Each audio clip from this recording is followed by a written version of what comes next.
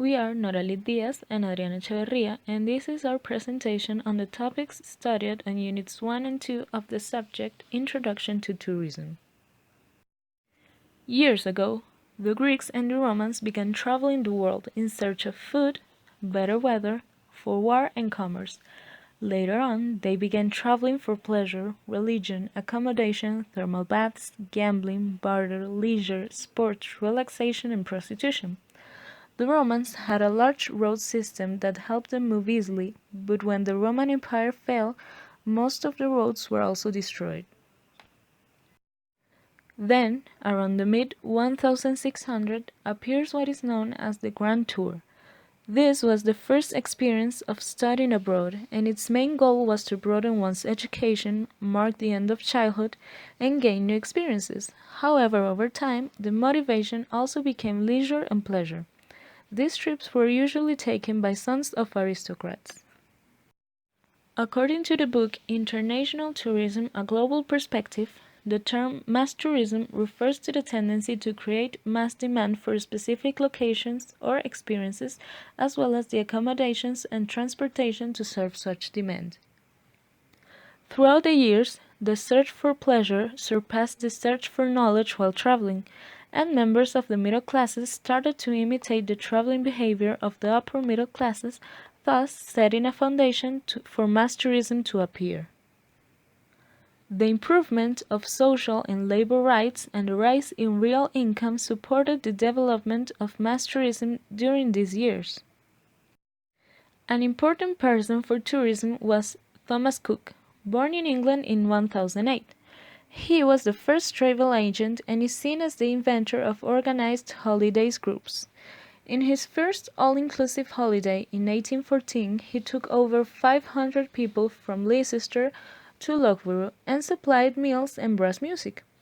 Cook's travels catered to a mixed clientele, thus offering an all-inclusive price that reduced the traveler's cost. He wanted to use Sunday excursions to tempt workers out of the misery and into the green of the countryside. The Industrial Revolution brought economic and social changes and introduced new machinery, which made transportation easier.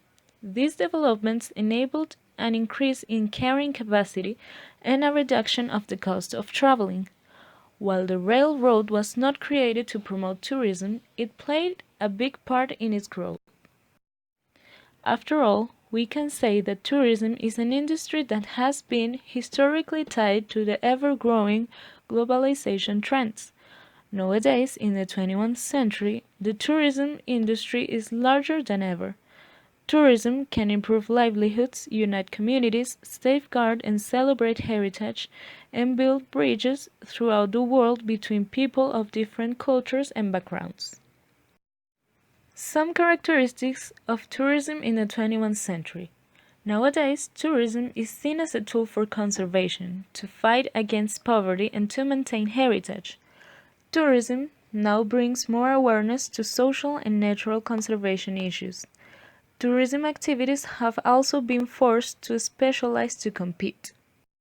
The Internet now plays a big part in tourism, as a majority of tourists search information through apps like TripAdvisor, and apps like Uber or Airbnb now help tourists to reduce the cost of travel, creating the concept of collaboration or sharing economy.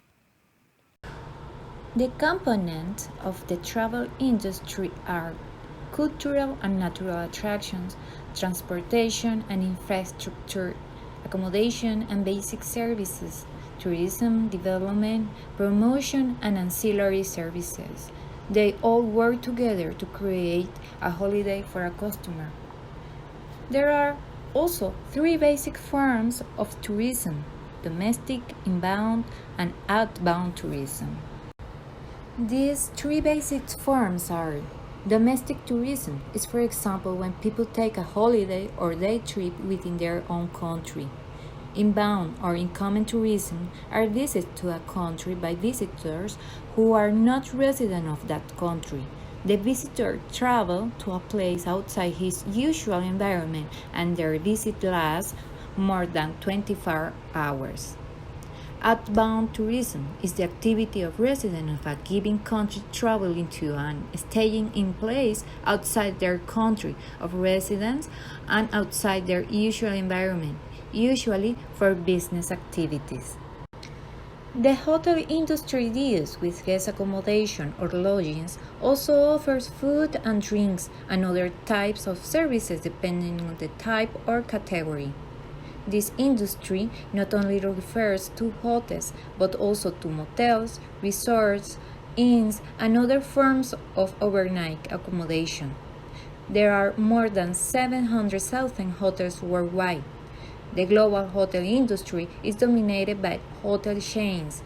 The bigger ones are Wyndham Worldwide, Marriott International, Hilton, and Best Western. Tourism organizations consist of international, national, and non-governmental organizations that help develop and manage tourism.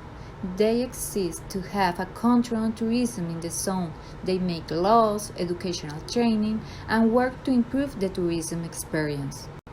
UNWTO, the World Tourism Organization, is the United Nations agency responsible for the promotion of responsible, sustainable, and universally accessible tourism.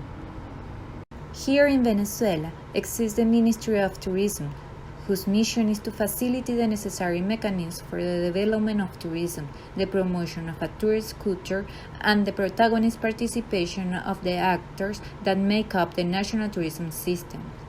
Therefore, a Latin American businessman should expect the widest help from this ministry to carry out any project that could be important for the country. There are many tourism organizations in Venezuela.